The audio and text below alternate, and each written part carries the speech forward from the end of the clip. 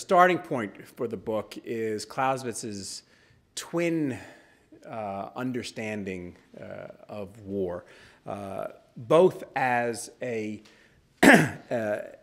active force to compel our enemy to do our will, as he says at one point, and as an act of policy, the continuation of politics with other means, as he also says.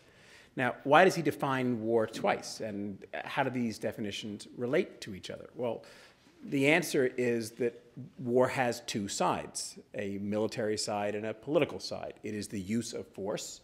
It involves violent means. If you were going about your various strategic and political ends without force, without violence, it wouldn't be war. It would be politics. It would be the normal stuff of international relations.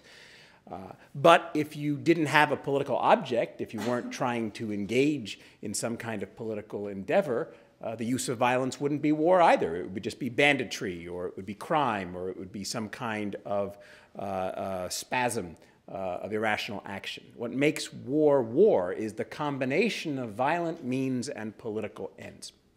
That was the fundamental insight of Clausewitz.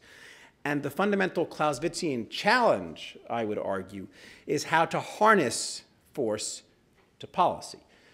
For a Clausewitzian, the chief goal of strategy is to use violence or force to achieve some rational political objective. That is what the endeavor is all about. And it's almost irrelevant for a Clausewitzian what the objective is, as long as you know what you're trying to do and you try to use your forces to achieve that. If that is in fact the case, as I believe it is, then the challenge of strategy is to set your political object, to devise a strategy to achieve it, and to essentially make sure that that is done.